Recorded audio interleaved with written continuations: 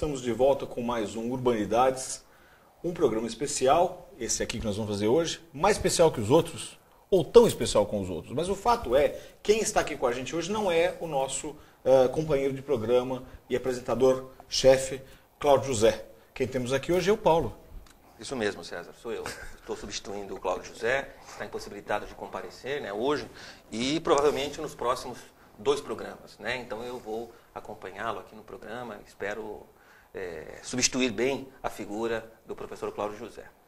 Você que está sempre ali atrás das câmeras, né? Sempre, contando tempo, dando bronca. Isso. Agora provavelmente a gente vai ficar sem a contagem de tempo, né? Pois é, mas o tempo que der também não tem problema. Mas vamos começar, porque vamos começar o programa. Faz o seguinte, você tem que pedir para que eu fale dos nossos apoiadores. Pois é, César. Fale dos nossos apoiadores. Pois é, o programa Urbanidades tem que agradecer sempre ao apoio que é dado a essa produção, pela de casa e também pela tapeçaria Caioa, que nos cede esse tapete. Bom, o tema de hoje, isso não é parcialidade minha, também envolve arquitetura. Sim. A gente sabe que uma cidade como Santos tem todo um legado histórico ligado aos edifícios. Né? Uma coisa interessante porque são símbolos imutáveis da história num ambiente totalmente sempre em mutação, não é isso? E a forma que eu entendo possa existir para que esses edifícios continuem carregando essa carga simbólica e essa representatividade para a nossa vida urbana é através de ações de restauro, não é? É verdade, César. Ainda mais no momento onde a cidade passa por profundas transformações, né?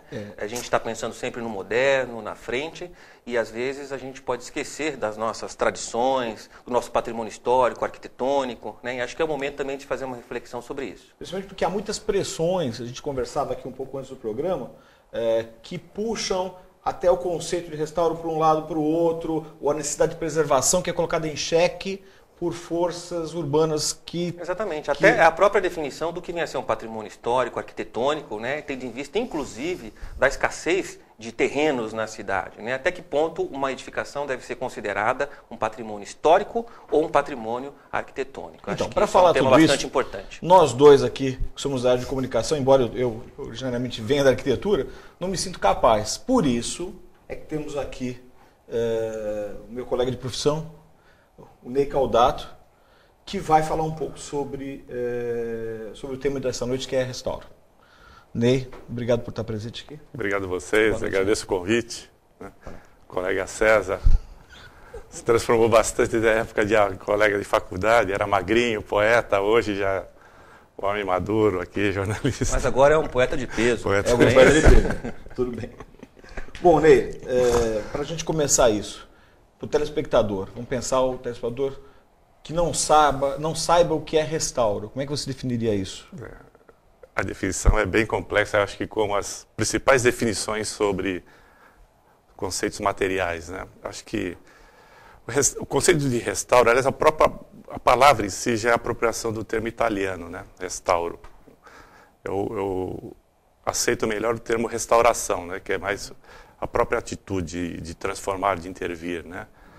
E a restauração, o conceito dela e a própria metodologia vai se modificando ao longo da história. Desde o Renascimento, quando ela surge como uma ação de complemento das ruínas romanas, né? Ela vai se transformando, da busca da originalidade, enfim, até a nossa contemporaneidade, que se torna algo mais complexo.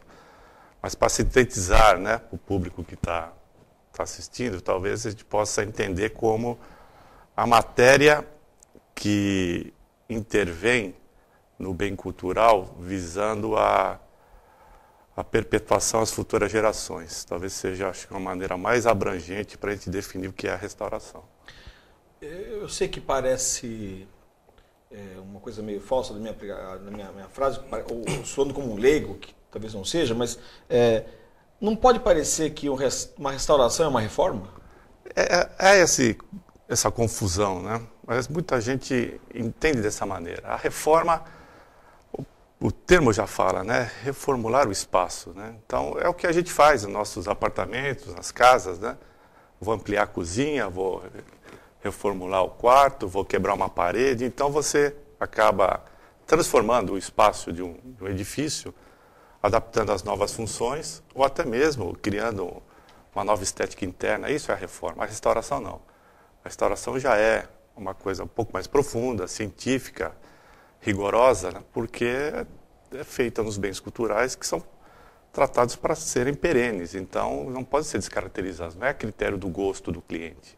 Existe uma metodologia científica, existe uma fiscalização, existe uma formação, né, de técnicos exatamente para intervir nisso. Então, não é a mesma coisa. Por mais que você pegue no dicionário, no Aurélio, tem essa definição. Você vê lá, restauração, reformar, preservar, conservar, etc.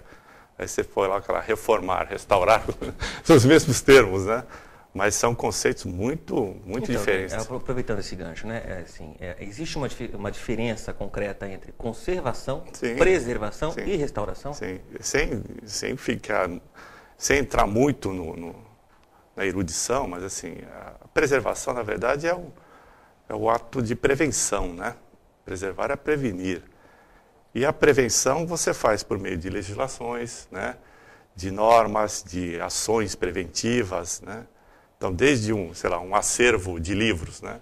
Medidas preventivas, a climatização, limpeza, criar normas de utilização, isso, no caso, seria a prevenção.